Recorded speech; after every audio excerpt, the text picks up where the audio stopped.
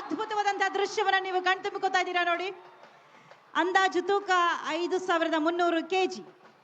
ಮತ್ತಿಗೋಡು ಆನೆ ಶಿಬಿರದಿಂದ ಬಂದಿದ್ದಾನೆ ಭೀಮ. ಈ ಆನೆಯನ್ನ 2000ನೇ ವರ್ಷದಲ್ಲಿ ಭೀಮನಕಟ್ಟೆ ಅರಣ್ಯ ಪ್ರದೇಶದಲ್ಲಿ ತಾಯಿಯನ್ನು ಕಳೆದುಕೊಂಡು ಒಂಟಿಯಾಗಿದ್ದ ಚಿಕ್ಕ ಮರಿ ಇದು. ಅರಣ್ಯ ಇಲಾಖೆ ಸಿಬ್ಬಂದಿಗಳು ಗಸ್ತು ತಿರುಗುವಾಗ ಈ ಆನೆ ಲಭ್ಯವಾಗಿದೆ. ತದನಂತರ ಅರಣ್ಯ ಇಲಾಖೆಯು ಆನೆ ಶಿಬಿರದಲ್ಲಿ ಈ ಮರಿಯನ್ನು ಪೋಷಿಸಿ ಬೆಳೆಸಿದ್ದಾರೆ. ಈ ಆನೆ ಅನೇಕ ಪ್ರಮುಖ ಕಾರ್ಯಾಚರಣೆಯಲ್ಲಿ ತನ್ನ ಶಕ್ತಿಯನ್ನು ತೋರಿಸಿದೆ. ಕಾಡಾನೆಗಳು ಮತ್ತು ಹುಲಿಗಳನ್ನು ಸೆರೆ ಹಿಡಿಯುವ ಅಪಾಯಕಾರಿ ಹಾಗೂ ಜವಾಬ್ದಾರಿಯುತ ಕಾರ್ಯಗಳಲ್ಲಿ ನಿರಂತರವಾಗಿ ಭಾಗವಹಿಸುತ್ತಿದೆ. ಭೀಮ ತನ್ನ ಶಿಸ್ತು, ಧೈರ್ಯ ಮತ್ತು ಅನುಭವದಿಂದ ಹಲವಾರು ಬಾರಿ ಕಾರ್ಯಕ್ಷಮತೆಯಿಂದ ಮೆಚ್ಚುಗೆಗೆ ಪಾತ್ರನಾಗಿದ್ದಾನೆ. ಭೀಮ 2017ನೇ ಸಾಲಿನ ಮೈಸೂರು ದಸರಾ ಮಹೋತ್ಸವದಲ್ಲಿ ಭೀಮ ಮೊದಲ ಬಾರಿಗೆ ಸಾಲಾನೆಯಾಗಿ ಭಾಗವಹಿಸಿತ್ತು. ಅದರ ಶಾಂತ ನಡತೆ, ಆಜ್ಞಾ ಪಾಲನೆಯು ಪ್ರೇಕ್ಷಕರ ಕಣ್ಣಿಗೆ ಬಿದ್ದಿತ್ತು. 2022ರಲ್ಲಿ ಈ ಆನೆಗೆ ಪಟ್ಟದಾನೆ ಹಾಗೂ ಸಾಲಾನೆಯ ಸ್ಥಾನ ದೊರೆಯಿತು. ಇವನೇ ನಮ್ಮ ಹೆಮ್ಮೆಯ ಭೀಮ. ಭೀಮನ ಜೊತೆ ಆಗ್ತಾ ಇರೋದು ಕಂಜನ್. 26 ವರ್ಷದ ಕಂಜನ್ 2014ರಲ್ಲಿ ಹಾಸನ ಜಿಲ್ಲೆಯ ಎಳಸೂರು ಬಳಿ ಅರಣ್ಯ ಇಲಾಖೆಯ ಯಶಸ್ವಿಯಾಗಿ ಸೆರೆಹಿಡಿಯಲಾಯಿತು. ಪ್ರಬಲ ಶರೀರದ ಈ ಆನೆ ಶೀಘ್ರದಲ್ಲೇ ಪಳಗಿಸಿ ತರಬೇತಿ ನೀಡಲಾಯಿತು. ಆರೋಗ್ಯವಂತ ಹಾಗೂ ಶಿಸ್ತುಪೂರ್ಣ ನಡತೆಯೊಂದಿಗೆ ಇದು ಅರಣ್ಯ ಇಲಾಖೆಯ ನಂಬಿಗಸ್ತ ಆನೆಯಾಗಿ ಪರಿಗಣಿಸಲಾಗಿದೆ. ಕಳೆದ 2 ವರ್ಷಗಳಿಂದ ಮೈಸೂರು ದಸರಾ ಮಹೋತ್ಸವದಲ್ಲಿ ಸಾಲಾನೆಯಾಗಿ ಭಾಗವಹಿಸ್ತಾ ಇದೆ. ಏಕಲವ್ಯ ವಯಸ್ಸು 40 ವರ್ಷಗಳು, ಶರೀರದ ಎತ್ತರ 2.86 ಮೀಟರ್, ಶರೀರದ ಉದ್ದ 2.95 ಮೀಟರ್, ಅಂದಾಜು ತೂಕ 5150. ದೊಡ್ಡ ಹರವೆ ಆನೆ ಶಿಬಿರದಿಂದ ಬಂದು ಮುಂದೆ ಸಾಗ್ತಾ ಇದ್ದಾನೆ. ಏಕಲವ್ಯ ಮೂಡಿಗೆರೆ ತಾಲೂಕಿನ ಅರಣ್ಯ ಪ್ರದೇಶದಲ್ಲಿ ಅರಣ್ಯ ಇಲಾಖೆ ಯಶಸ್ವಿಯಾಗಿ ಸೆರೆ ಹಿಡಿಯಿತು. ಸೆರೆ ಹಿಡಿದ ನಂತರ ಇದನ್ನು ತಕ್ಷಣವೇ ಪಳಗಿಸಲು ವಿಶೇಷ ತರಬೇತಿಯನ್ನು ನೀಡಲಾಯಿತು. ಆಶ್ಚರ್ಯ ಎಂದರೆ ಈ ಆನೆ ಕೇವಲ 1.5 ವರ್ಷದಲ್ಲಿ ಅತ್ಯಂತ ಶಿಸ್ತಿನಿಂದ ರಂಧ್ರಕ್ಕೆ ತುಟಿ ಇಟ್ಟು ಜೋರಾಗಿ ಊದಿದರೆ ಕೊಂಬಿನ ಒಳಗೆಲ್ಲ ಟೊಳ್ಳಾಗಿರುವುದರಿಂದ ಅದರೊಳಗಿಂದ ಊದಿದ ಗಾಳಿ ಹಾಯ್ದು ಬರುವುದರಿಂದ ಉಂಟಾಗುವ ಕಂಪನಗಳಿಂದ ತುಂಬುನಾದ ಹೊರಹೊಮ್ಮಿ ಧ್ವನಿಯು ವರ್ಧಿಸಿ ಬಹುದೂರದವರೆಗೂ ಕೇಳಿಸುತ್ತೆ. ಇತ್ತೀಚೆಗೆ ಇದನ್ನ ಹಿತ್ತಾಳೆಯಿಂದ ಮಾಡಿದ್ದಾರೆ. ಕೊಂಬುಗಳು ಕರೆದಾವ, ಕಾಳೆಗಳು ಊದ್ಯಾವ ಜನಪದರ ಹಾಡು ಇದರ ವೈಶಿಷ್ಟ್ಯವನ್ನ ನೆನಪಿಸುತ್ತದೆ. ಕೊಂಬು ಕಹಳೆಯನ್ನ ನೀವಿಲ್ಲಿ ಕಾಣ್ತಾ ಇದ್ದೀರಿ ಬಂಧುಗಳೇ. ಅದರ ಹಿಂಭಾಗದಲ್ಲಿ ಕರ್ನಾಟಕ ಸಾರಿಗೆ ಸ್ತಬ್ಧ ಚಿತ್ರ ಬರ್ತಾ ಇದೆ. ಕರ್ನಾಟಕ ರಾಜ್ಯ ರಸ್ತೆ ಸಾರಿಗೆ ನಿಗಮದ ಮೊದಲ ಸ್ತಬ್ಧ ಚಿತ್ರ ಶಕ್ತಿ ಯೋಜನೆಯ ಯಶೋಗಾಥೆ. ಸರ್ಕಾರದ ಮಹತ್ವಾಕಾಂಕ್ಷಿ ಗ್ಯಾರಂಟಿ ಯೋಜನೆಗಳಲ್ಲಿ ಒಂದಾದ ಶಕ್ತಿ ಯೋಜನೆ ದಿನಾಂಕ 11/6/2023ರಿಂದ 4 ಸಾರಿಗೆ ಸಂಸ್ಥೆಗಳಲ್ಲಿ ಅನುಷ್ಠಾನಗೊಳಿಸಿದ್ದು ಯಶಸ್ವಿಯಾಗಿ ಜಾರಿಯಲ್ಲಿದೆ. ಕರ್ನಾಟಕ ರಾಜ್ಯದ ನಿವಾಸಿ ಮಹಿಳೆಯರಿಗೆ ಉಚಿತ ಪ್ರಯಾಣ ಸೌಲಭ್ಯ. ರಾಜ್ಯದ 4 ಸಾರಿಗೆ ನಿಗಮಗಳ ನಗರ, ಸಾಮಾನ್ಯ ಹಾಗೂ ವೇಗದೂತ ಬಸ್ಸುಗಳಲ್ಲಿ ರಾಜ್ಯದೊಳಗೆ ಉಚಿತ ಪ್ರಯಾಣಕ್ಕೆ ಅವಕಾಶ ಕಲ್ಪಿಸಿದೆ.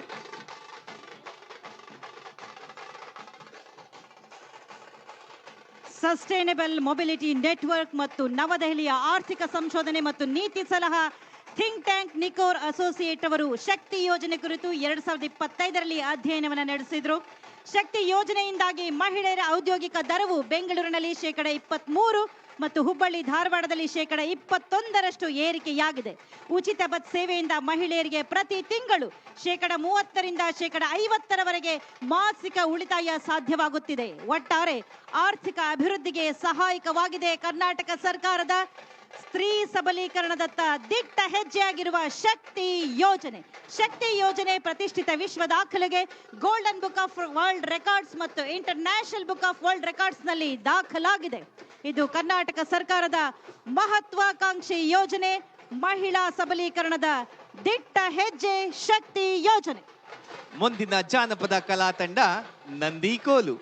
ಶಶಿಧರ್ ಭಟ್, ಬಸವ ಕಲಾಲೋಕ, ಬಸವಾಪುರ, ದಾವಣಗೆರೆ ಜಿಲ್ಲೆ. ಪಿ ಮಲ್ಲಿಕಾರ್ಜುನ, ಬಸವೇಶ್ವರ ಸಮಾಳ ಮತ್ತು ನಂದಿ ಧ್ವಜ ಸಾಂಸ್ಕೃತಿಕ ಕಲಾ ಸೇವಾ ಟ್ರಸ್ಟ್, ವಿಜಯನಗರ ಜಿಲ್ಲೆ. ಇದು ನಂದಿ ಕಂಬದ ಹೋಲಿಕೆಯನ್ನೇ ಹೋಲುತ್ತದೆ. ಉತ್ತರ ಕರ್ನಾಟಕದ ಕೆಲವು ಕಡೆ ನಂದಿಕೋಲಿನ ರಚನೆ ಬೇರೆಯೇ ಆಗಿರುತ್ತದೆ. ಸುಮಾರು 25ರಿಂದ 30 ಅಡಿ ಉದ್ದದ ಬಿದಿರಿನ ಗಳಕ್ಕೆ ಕಪ್ಪು ಅಥವಾ ನೀಲಿ ಬಣ್ಣ ಬಳಿದಿರುತ್ತದೆ. ಅದಕ್ಕೆ ಹಂಡೆ, ಕೊಳಗ, ರೇಷ್ಮೆ ಬಟ್ಟೆಗಳ ಅಲಂಕಾರ. ಕೋಲಿನಲ್ಲಿ ಅಲ್ಲಲ್ಲಿ ಬೆಳ್ಳಿಯ ಕಟ್ಟುಗಳನ್ನು ಹೋಲುವಂತಹ ಬಣ್ಣದ ಪಟ್ಟಗಳಿರುತ್ತವೆ. ತುದಿಯಲ್ಲಿ 18 ಮೊಳವಿರುವ ಕಾವಿ ಬಣ್ಣದ ರೇಷ್ಮೆ ಬಟ್ಟೆಯನ್ನ ಕಟ್ಟಿರುತ್ತಾರೆ. ಇದೇ ಧ್ವಜ ಗಂಡು ಕಚ್ಚೆಯ ಪಂಚೆ ಅಥವಾ ಧೋತ್ರ, ಕಸೆಯಂಗಿ, ತಲೆಗೆ ಪೇಟ ಅಥವಾ ರುಮಾಲು, ಹಣೆಗೆ ವಿಭೂತಿ, ಇದಿಷ್ಟು ಇದರ ವಿಶೇಷ. ಇದು ನಂದಿ ಧ್ವಜದಷ್ಟು ಭಾರವಿರುವುದಿಲ್ಲ. ಕುಣಿತವು ನಂದಿ ಧ್ವಜದ ಕುಣಿತದ ರೀತಿಯೇ ಇರುತ್ತದೆ. ಹಲವು ಕಡೆ ತಾರಸಿ, ತಮಟೆ ಅಥವಾ ಅಲಗೆ ವಾದ್ಯವಾಗಿ ಬಳಸುತ್ತಾರೆ. ನಂದಿ ಕೋಲು ಕುಣಿತವನ್ನ ಮನದುಂಬಿಕೊಂಡಿದ್ದೀರಿ. ನಮ್ಮ HAL ಸ್ತಬ್ಧ ಚಿತ್ರ ಮುಂಭಾಗಕ್ಕೆ ಬರುತ್ತಿದೆ, ರಾಜಮಾರ್ಗದಲ್ಲಿ ಚಲಿಸುತ್ತಿದೆ. ಅಲ್ಲಿಯೂ ಕೂಡ ಸ್ತಬ್ಧ ಚಿತ್ರದಲ್ಲಿ ನಾವು ನಾಲ್ವಡಿ ಕೃಷ್ಣರಾಜ ಒಡೆಯರವರನ್ನ ಕಾಣಬಹುದಾಗಿದೆ ಬಂಧುಗಳೇ. ಹಿಂದೂಸ್ತಾನ್ ಏರೋನಾಟಿಕ್ಸ್ ಲಿಮಿಟೆಡ್ ವಿಜಯದ ರನ್ವೇ, ಭಾರತದ ಆಕಾಶಕ್ಕೆ HALನ ಶಕ್ತಿ. ಭಾರತ ಸರ್ಕಾರ ಸ್ವಾಮ್ಯದ ಸಾರ್ವಜನಿಕ ವಲಯದ ಏರೋಸ್ಪೇಸ್ ಮತ್ತು ರಕ್ಷಣಾ ಕಂಪನಿ ಹಿಂದೂಸ್ತಾನ್ ಏರೋನಾಟಿಕ್ಸ್ ಲಿಮಿಟೆಡ್. ವಿಮಾನಗಳು, ಹೆಲಿಕಾಪ್ಟರ್ಗಳು, ಜೆಟ್ ಎಂಜಿನ್ಗಳು ಮತ್ತು ಸಂಬಂಧಿತ ಉಪಕರಣಗಳ ವಿನ್ಯಾಸ, ತಯಾರಿಕೆ ಮತ್ತು ನವೀಕರಣದಲ್ಲಿ ತೊಡಗಿದೆ ಹಿಂದೂಸ್ತಾನ್ ಏರೋನಾಟಿಕ್ಸ್ ಲಿಮಿಟೆಡ್. ಈ ಸಂಸ್ಥೆಯು ಭಾರತದ ಅತ್ಯಂತ ಹಳೆಯ ಮತ್ತು ದೊಡ್ಡ ಏರೋಸ್ಪೇಸ್ ತಯಾರಿಕೆ ಸಂಸ್ಥೆಗಳಲ್ಲಿ ಒಂದಾಗಿದೆ. ಈ ಸಂಸ್ಥೆ ಸ್ಥಾಪನೆಯಾಗಿದ್ದು 23 ಡಿಸೆಂಬರ್ 1940ರಲ್ಲಿ ಬೆಂಗಳೂರು ಕೇಂದ್ರ ಸ್ಥಾನವಾಗಿದೆ. ಸ್ವದೇಶಿ ನಿರ್ಮಿತ ಮೊದಲ ಯುದ್ಧ ವಿಮಾನ HAL HF-24 ಮಾರುತನ್ನು ನಿರ್ಮಾಣ ಮಾಡಿದೆ ಹಿಂದೂಸ್ತಾನ್ ಏರೋನಾಟಿಕ್ಸ್ ಲಿಮಿಟೆಡ್. ಪ್ರಥಮ ಬಾರಿಗೆ ಮೈಸೂರು ದಸರಾ ಜಂಬೂ ಸವಾರಿಯಲ್ಲಿ ಭಾಗವಹಿಸುತ್ತಿದೆ. ಯುದ್ಧ ವಿಮಾನದ ಪ್ರತಿಕೃತಿ ಮಾದರಿಗಳನ್ನು ನಾವಿಲ್ಲಿ ಕಾಣಬಹುದಾಗಿದೆ. LCA ತೇಜಸ್, ALH ಧ್ರುವ ಹೆಲಿಕಾಪ್ಟರ್, ಲಘು ಯುದ್ಧ ಹೆಲಿಕಾಪ್ಟರ್ ಪ್ರಚಂಡ, LUH, HTFE-25, HTTT 40, HJT-36 ಮತ್ತು CATS ವಾರಿಯರ್ ಮಾದರಿಗಳನ್ನು ವೀಕ್ಷಿಸಬಹುದಾಗಿದೆ. HAL ಸಂಸ್ಥಾಪಕರಾದ ಸೇಲ್ ವಾಲ್ಚಂದ್ ಹೀರಾಚಂದ್ ಮೈಸೂರು ಮಹಾರಾಜರುಗಳ ಕೊಡುಗೆಯನ್ನ ಇಲ್ಲಿ ಸ್ಮರಿಸುತ್ತಿದ್ದಾರೆ. ನಮ್ಮ HAL ನಮ್ಮ ಹೆಮ್ಮೆ. ಬಂಧುಗಳೇ, ಮುಂದೆ ಬರ್ತಾ ಇರುವಂತಹ ಜಾನಪದ ತಂಡ ಜಗ್ಗಲಗಿ ಮೇಳ.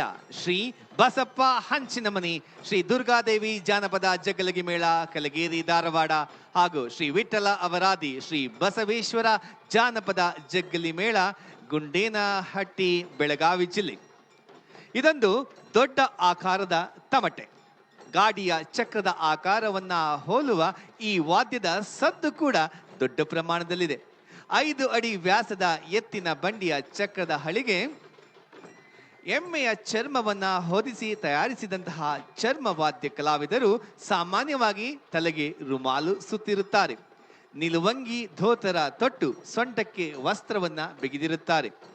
ಈ ಮೇಳದ ಮುಖ್ಯಸ್ಥನ ಕೈಯಲ್ಲಿ ಕಣಿ ಎಂಬ ಒಂದು ಸಣ್ಣದಾದ ಚರ್ಮದ ವಾದ್ಯವಿರುತ್ತೆ. ಅದನ್ನ ಎಡಗೈಯಲ್ಲಿ ಹಿಡಿದು ಬಲಗೈಯಲ್ಲಿ ಬಾರಿಸುತ್ತಾರೆ. ಮುಖ್ಯಸ್ಥನು ಕಣಿ ಬಾರಿಸುವ ತಾಳವನ್ನೇ ಜಗ್ಗಲೆಗೆ ಬಡಿಯವರೆಲ್ಲ ಅನುಸರಿಸುತ್ತಾರೆ.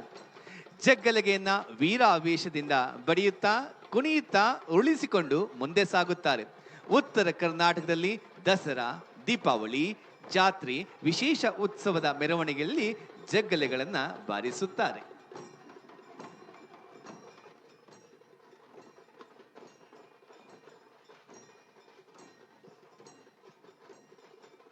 ಮೈಸೂರು ಭಾಗದಲ್ಲಿ ಜನಪದ ಕಲೆ ಪ್ರಕಾರಗಳಿದ್ದ ಹಾಗೆಯೇ ಉತ್ತರ ಕರ್ನಾಟಕ ಭಾಗದಲ್ಲಿಯೂ ಅನೇಕ ರೀತಿಯಾದಂತಹ ಜನಪದ ಕಲೆಗಳಿವೆ.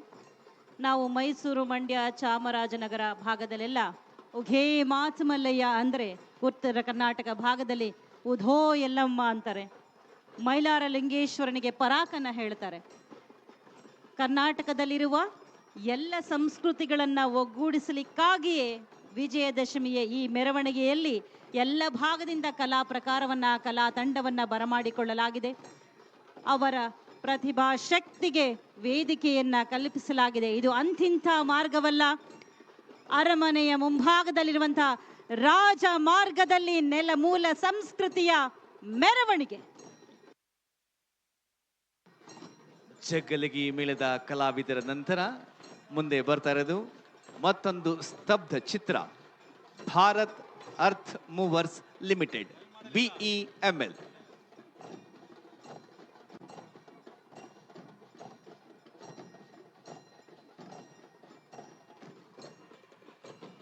ಸುಮಾರು 58ಕ್ಕೂ ಹೆಚ್ಚು ಸ್ತಬ್ಧ ಚಿತ್ರಗಳು, 60ಕ್ಕೂ ಹೆಚ್ಚು ಕಲಾ ತಂಡಗಳು ಈ ಒಂದು ಜಂಬೂ ಸವಾರಿಯ ಮೆರವಣಿಗೆಯಲ್ಲಿ ನಾವು ನೋಡಬಹುದು. ಹಲವು ಬಣ್ಣಗಳು ಕೂಡಿದ್ರೂ ಕೂಡ ನಮ್ಮೆಲ್ಲರ ಎದೆಯಲ್ಲಿರುವಂತಹ ಪ್ರೀತಿ ಒಂದೇ, ನಾವೆಲ್ಲರೂ ಒಂದೇ ಎನ್ನುವಂತಹ ಅಭಿಮತ ಒಂದೇ ಎನ್ನುವಂತಹ ಭಾವ, ನಾವೆಲ್ಲರೂ ಸಮಾನರು ಎನ್ನುವಂತಹ ಭಾವೈಕ್ಯತೆಯ ಭಾವ. ಎಲ್ಲರೂ ಏಕ ರೀತಿಯಲ್ಲಿಯೇ ವಾದನವನ್ನು ನುಡಿಸ್ತಾ ಇದ್ದಾರೆ. ಅವರ ಮುಖಭಾವ ನೋಡಿ ಎಷ್ಟು ಸಂತಸ ತುಂಬಿದೆ, ಅಲ್ಲಿ ಎಷ್ಟು ಸಂಭ್ರಮ ತುಂಬಿದೆ. ನಮ್ಮ ಜಾನಪದ ವಾದ್ಯಗಳ ಗತ್ತೆ ಅಂತಹುದು, ಮೈನವಿರೇಳಿಸುವಂತಹ ಈ ಕಲಾ ಪ್ರಕಾರವನ್ನು ನೀವೆಲ್ಲರೂ ಕೂಡ ಕಾಣ್ತಾ ಇದ್ದೀರಿ. ಮುಂದಿನ ಸ್ತಬ್ಧ ಚಿತ್ರ ಭಾರತ್ ಅರ್ತ್ ಮೂವರ್ಸ್ ಲಿಮಿಟೆಡ್, ನೀವಿಲ್ಲಿ ಕಾಣ್ತಾ ಇದ್ದೀರಿ. ರಾಷ್ಟ್ರದ ಹೆಮ್ಮೆ BEML, Bharat earth movers limited. Bharat earth movers ಲಿಮಿಟೆಡ್ನ heavy mobility vehicle PT 8x8 ಅನ್ನು ಪ್ರಸ್ತುತಪಡಿಸಲಾಗುತ್ತಿದೆ. ಇದು ರಕ್ಷಣೆ ಮತ್ತು ಲಾಜಿಸ್ಟಿಕ್ಸ್ ಎರಡಕ್ಕೂ ವಿನ್ಯಾಸಗೊಳಿಸಲಾದ ವಿಶ್ವ ದರ್ಜೆಯ ವಿಶೇಷ ಭೂಪ್ರದೇಶ ವಾಹನ ಆಗಿದೆ. ಒಟ್ಟಾರೆ 28 ಟನ್ಗಳ ಸಾಮರ್ಥ್ಯದೊಂದಿಗೆ 12 ಟನ್ಗಳವರೆಗೆ ಪೇಲೋಡ್ಗಳನ್ನು ಸಾಗಿಸಲು ನಿರ್ಮಿಸಲಾದ ಈ ಆಲ್ ಟೈರನ್ ಪವರ್ ಹೌಸ್ 402 ಅಶ್ವಶಕ್ತಿ, V8 ಟರ್ಬೋಚಾರ್ಜ್ ಎಂಜಿನ್, ಸುಧಾರಿತ ಸಸ್ಪೆನ್ಷನ್ಸ್ ಮತ್ತು ಒರಟಾದ ಭೂಪ್ರದೇಶದಲ್ಲಿ ಅತ್ಯುತ್ತಮ ಕಾರ್ಯಕ್ಷಮತೆಗಾಗಿ ಸಿದ್ಧಗೊಳಿಸಲಾಗಿದೆ. ಆತ್ಮನಿರ್ಭರ ಭಾರತವನ್ನು ಮುನ್ನಡೆಸುತ್ತಿದೆ. ರಕ್ಷಣಾ ಚಲನಶೀಲತೆಯಲ್ಲಿ ಭಾರತ್ ಅರ್ತ್ ಮೂವರ್ಸ್ ಲಿಮಿಟೆಡ್. ತಾವು ಅಲ್ಲಿ ಜಗ್ಗಲಿಗೆ ಮೇಳ ನೋಡ್ತಾ ಇರ್ಬೋದು. ಯಾವ ರೀತಿ ಆ ಅಗಲವಾದ ತಮಟೆಯನ್ನ ಹಿಡಿದು ನೃತ್ಯ ಮಾಡ್ತಾ ಇದ್ದಾರೆ, ಎತ್ತಿ ತೋರುತ್ತಿದ್ದಾರೆ. ಜಾನಪದ ಕಲೆಗಳ ತಂಡ ಪ್ರಕಾರಗಳಲ್ಲಿ ವಿನೂತನ ಪ್ರಯೋಗವನ್ನ ಕೂಡ ಮಾಡ್ತಾ ಇದ್ದಾರೆ.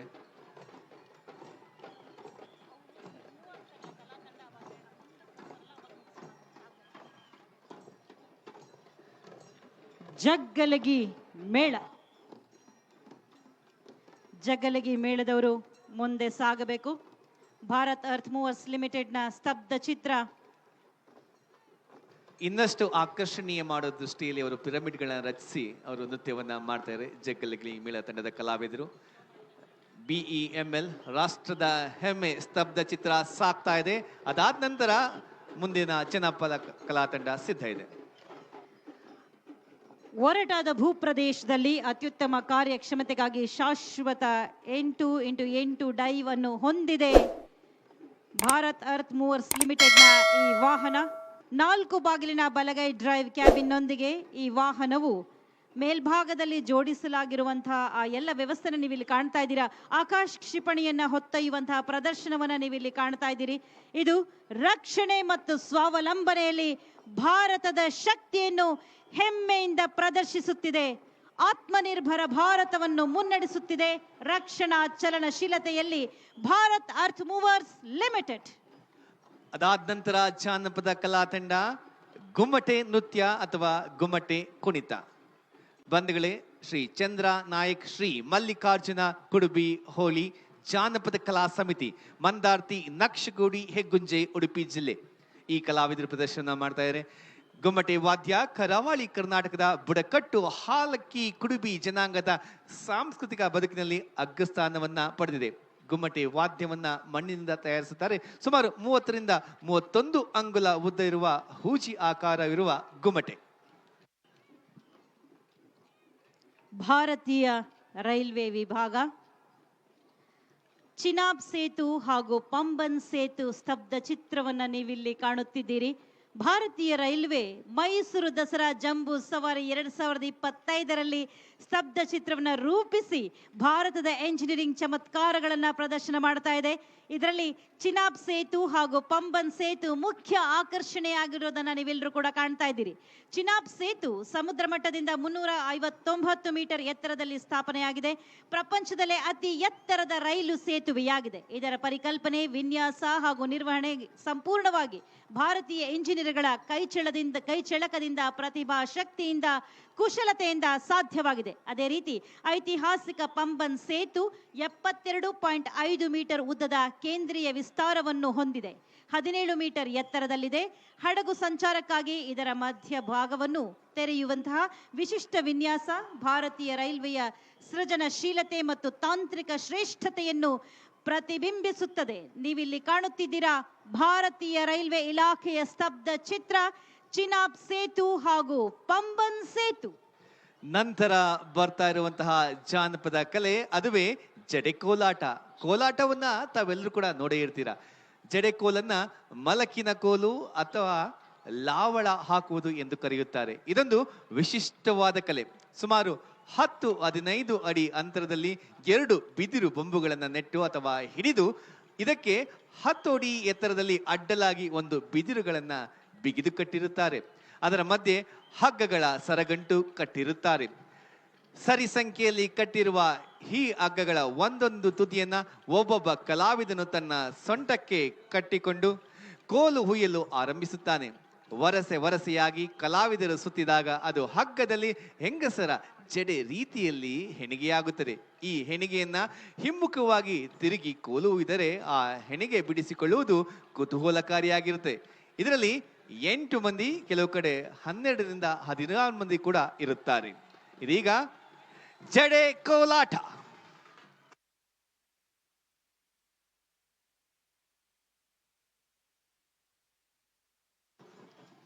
ಮುಂದಿನ ಸ್ತಬ್ಧ ಚಿತ್ರ ಸಮಾಜ ಕಲ್ಯಾಣ ಇಲಾಖೆ, ಕರ್ನಾಟಕ ಭೋವಿ ಅಭಿವೃದ್ಧಿ ನಿಗಮ. ಬಂಧುಗಳೇ, ಭೂಮಿ ಸಮುದಾಯದವರನ್ನ ಆರ್ಥಿಕವಾಗಿ ಸ್ವಾವಲಂಬಿಗಳನ್ನಾಗಿ ಮಾಡಲು ಅನುಷ್ಠಾನಗೊಳಿಸಿರುವ ವಿವಿಧ ಯೋಜನೆಗಳು. 1917ನೇ ಸಾಲಿನಲ್ಲಿ KRS ಜಲಾಶಯ ನಿರ್ಮಾಣದ ಸಂದರ್ಭದಲ್ಲಿ ಭೋವಿ ಜನಾಂಗದವರು ಈ ನಿರ್ಮಾಣ ಕಾಮಗಾರಿಯಲ್ಲಿ ಕಾರ್ಯನಿರ್ವಹಿಸುವುದನ್ನು ಗಮನಿಸಿದ ಅಂದಿನ ಮೈಸೂರು ರಾಜ್ಯದ ಸನ್ಮಾನ್ಯ ಶ್ರೀ ರಾಜಶ್ರೀ ನಾಲ್ವಡಿ ಕೃಷ್ಣರಾಜ ಒಡೆಯರ್ ಮಹಾರಾಜರು ಭೋವಿ ಸಮಾಜದ ಕಷ್ಟಗಳನ್ನು ಕಂಡು ಪರಿಶಿಷ್ಟ ಜಾತಿಗೆ ಸೇರಿಸಿದ್ದು. ಇದನ್ನು ಮಿಲ್ಲರ್ ಆಯೋಗ 1918ರ ವರದಿಯಲ್ಲಿ ಗುರುತಿಸಿದೆ. 1950ರ ಕೇಂದ್ರ ಸರ್ಕಾರದ ಆದೇಶದಲ್ಲಿ ಕರ್ನಾಟಕ ರಾಜ್ಯದ ಪರಿಶಿಷ್ಟ ಜಾತಿಗಳ ಪಟ್ಟಿಯಲ್ಲಿ ಭೋವಿ ಜನಾಂಗವನ್ನ ಸೇರ್ಪಡೆಗೊಳಿಸಲಾಗಿದೆ. ಭೋವಿ ಜನಾಂಗದವರ ಕುಲಕಸುಬಾದ ಬಂಡೆ ಒಡೆಯುವುದು, ಸಾಗಿಸುವುದು, ಕಾಲುವೆಗಳನ್ನು ಅಗೆಯುವುದು, ಗುಡಿಗೋಪುರಗಳನ್ನು ನಿರ್ಮಾಣ ಮಾಡುವುದು, ಬಾವಿಗಳನ್ನು ನಿರ್ಮಾಣ ಮಾಡುವುದು, ಹೀಗೆ ತೋಳ್ಬಲ ಮತ್ತು ಕೌಶಲ್ಯ ಈ ಜನಾಂಗದ ವೈಶಿಷ್ಟ್ಯವಾಗಿದೆ. ಭೋವಿ ಸಮುದಾಯದವರನ್ನ ಆರ್ಥಿಕವಾಗಿ ಸ್ವಾವಲಂಬಿಗಳನ್ನಾಗಿ ಮಾಡಲು ನಿಗಮದಿಂದ ಅನುಷ್ಠಾನಗೊಳಿಸುತ್ತಿರುವ ವಿವಿಧ ಯೋಜನೆಗಳನ್ನು ಬಿಂಬಿಸುವ ಚಿತ್ರಗಳನ್ನ ಈ ಸ್ತಬ್ಧ ಚಿತ್ರದಲ್ಲಿ ನೀವೀಗ ಕಾಣಬಹುದಾಗಿದೆ. ಬಂಧುಗಳೇ, ರಾಜ್ಯ ಭೋವಿ ಜನಾಂಗದ ಸಮಗ್ರ ಆರ್ಥಿಕ ಅಭಿವೃದ್ಧಿಗಾಗಿ ಸರ್ಕಾರವು 2016ರಲ್ಲಿ ಕರ್ನಾಟಕ ಭೋವಿ ಅಭಿವೃದ್ಧಿ ನಿಗಮವನ್ನ ಸ್ಥಾಪಿಸಿದೆ.